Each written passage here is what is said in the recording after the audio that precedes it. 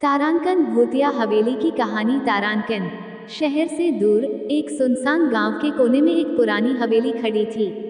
ये हवेली कई दशकों से वीरान पड़ी थी और गांव वालों के बीच इसे भूतिया हवेली के नाम से जाना जाता था।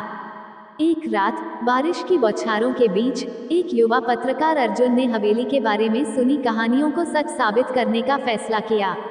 उसने सोचा कि उसे हवेली के अंदर जाकर खुद ही सत्य की खोज करनी चाहिए।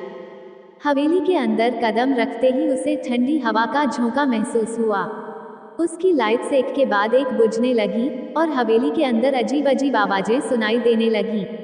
अर्जुन ने हिम्मत जुटाई और हवेली के गहरे अंधेरे में आगे बढ़ता गया।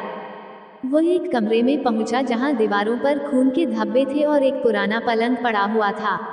पलंग पर एक पुराना चमकदार चादर रखा था।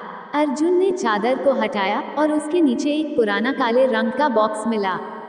जैसे ही उसने बॉक्स खोला, एक पुराना पत्र बाहर गिरा। पत्र में लिखा था, मैंने इस हवेली में खून की नदियां बहाईं, लेकिन मेरी आत्मा अभी भी यहाँ बसी हुई है। मेरी आत्मा को शांति तभी मिलेगी जब इस हवेली को एक बार और देखा जाएगा। अर्जुन ने पत्र को पढ़ा और अचानक हवेली की दीवारें मानो कराह थीं। एक ठंडी सिहरन उसके पूरे शरीर में फैल गई। अचानक एक अजीब सा शोर गूंजने लगा, जैसे कोई चीखे रही हो। अर्जुन ने देखा कि हवेली की दीवारों पर अजीब से आकार बन रहे थे और उसकी आंखों के सामने एक धुंधली परछाई उभरने लगी। वो डर के मारे कांपने लगा और तेजी से हवेली से बाहर भागा। गांव वालों ने बताया कि हवेली में एक बहुत ही निर्दयी मालिक हुआ करता था, जिसने कई निर्दोष लोगों की जान ले ली थी। उसकी आत्मा अब भी हवेली में बसी हुई थी और उसकी आत्मा की शांति केवल हवेली को छोड़ने में ही थी।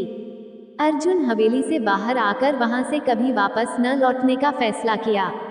हवेली आज भी वैसी की वैसी खड़ी है और कोई भी वहां जाने की हिम्मत नहीं करता। हवेली की रहस्यमयता और उसकी आत्मा की कहानी आज भी गांव वालों के बीच एक खौफनाक कथा के रूप में सुनी जाती है।